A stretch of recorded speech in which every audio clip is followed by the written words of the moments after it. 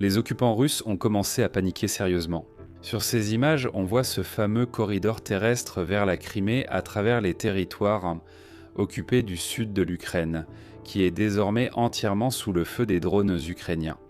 Et il est tout simplement impossible de s'y déplacer. Феодосии до Севастополя. Снимаю все заправки. Первого та на нашем пути. Бензин бесплатный. Вы все сами видите. Мы под Симферополем. Проехали С другой стороны, там у нас все бесплатно. Ехали в Бахчисарайский район. Все бесплатно. Даже сот. Отлично. Прополь. Бесплатный бензин. По городу Севастополь. Бензин бесплатный. Севастополь. Тут есть только 95-й премиум. А там бензин бесплатный. Севастополь. Заправка ТЭС. Бензин весь бесплатный. Огромная пробка. Меня вот за бензином привезли, видать, бензин на форму. И очередь у нас на бензин. Et sur ces images, on voit des stations-service vides en Crimée et une pénurie totale de carburant sur la péninsule occupée. Et ces deux nouvelles sont entièrement liées entre elles. La circulation sur la route R280 Novorossia, qui relie la région de Rostov de la Fédération de Russie à la Crimée occupée en passant par le sud de la partie continentale de l'Ukraine, est perturbée à cause des frappes de drones ukrainiens. Au final, cela a provoqué une pénurie d'essence sur la péninsule. Dans les stations-service, on ne peut pas acheter plus de 20 litres par jour. Beaucoup de stations-service sont totalement à court de carburant. Pendant ce temps, le 3e corps d'armée des forces armées ukrainiennes déclare que toute la région de Louhansk est désormais sous le contrôle de leurs drones. Et désormais, toute la logistique des occupants est entièrement surveillée par les drones ukrainiens. On en est arrivé au point où les Russes ont commencé à camoufler leurs véhicules, car ils savent que les drones ukrainiens cherchent des cibles et attaquent à l'aide de l'intelligence artificielle. En fin de compte, le ministre de la Défense de l'Ukraine, Mikhail Fedorov, a déclaré que les forces armées ukrainiennes imposaient un blocus logistique à l'armée russe. Mais comment cela fonctionne-t-il ? C'est ce que nous verrons dans cet épisode.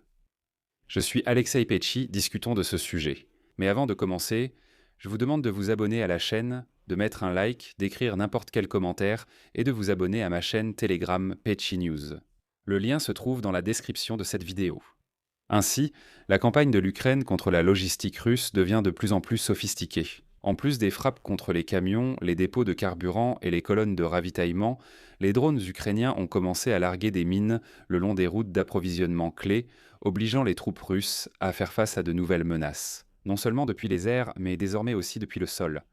Les Russes ont commencé à se plaindre que tout le soi-disant corridor terrestre vers la Crimée, en particulier dans la zone de la route Mariupol-Melitopol, est devenu tout simplement impraticable.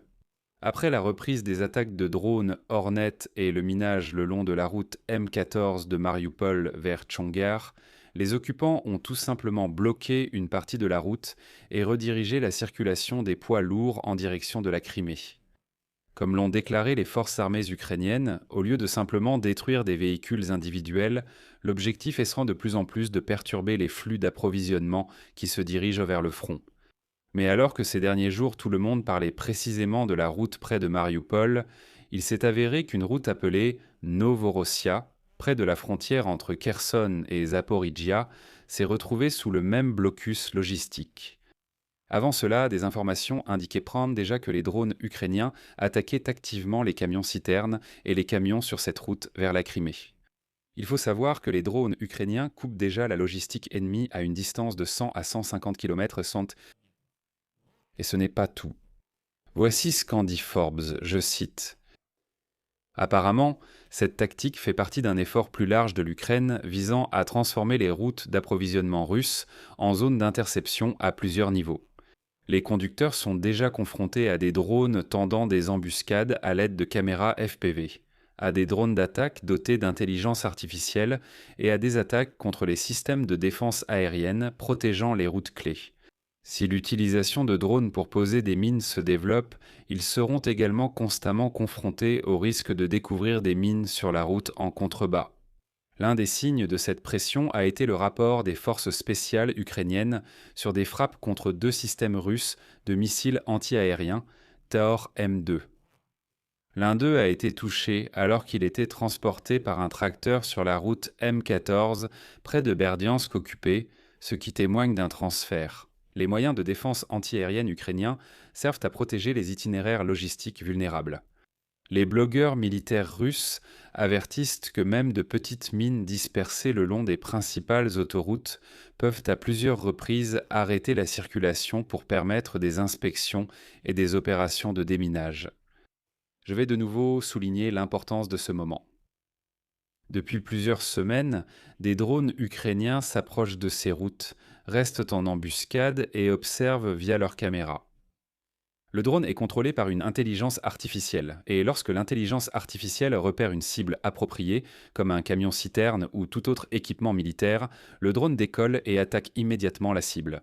Comme vous l'imaginez, cela change la nature de la guerre. Et voici Alexandre Chatrovski, un opérateur de drone de la 60e brigade mécanisée des forces armées ukrainiennes, qui a expliqué que les technologies permettant de généraliser de telles opérations existent déjà. Et voici sa citation. Il existe des solutions qui permettent de contrôler simultanément plusieurs drones en attente. Reliés par fibre optique, ce dont j'ai parlé, ce sont des drones FPV embusqués, avec une seule station de contrôle.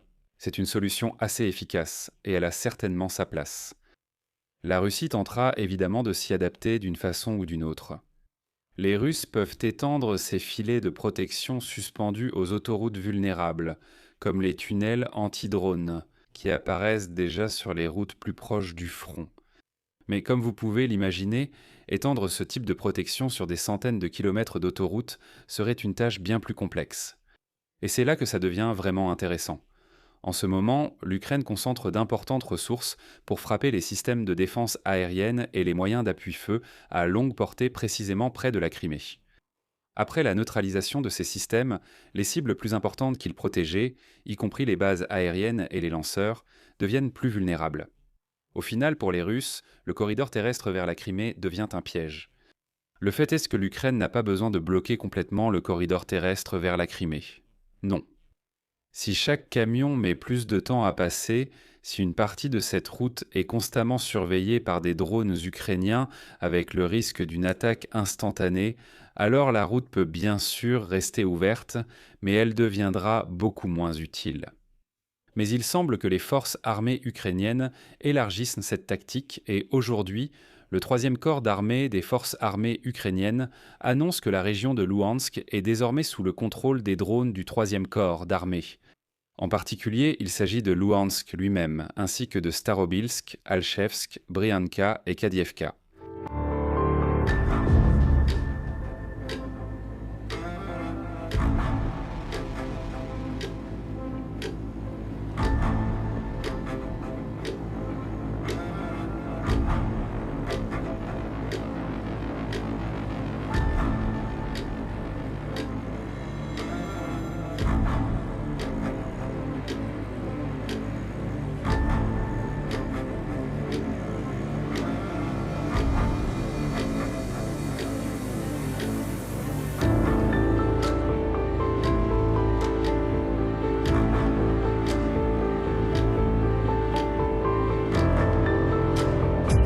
Les combattants du 3e corps d'armée de la 3e brigade d'assaut indépendante du bataillon des systèmes sans pilote déclarent officiellement, désormais, sur le territoire de la région de Louhansk, les occupants n'ont plus aucun endroit sûr.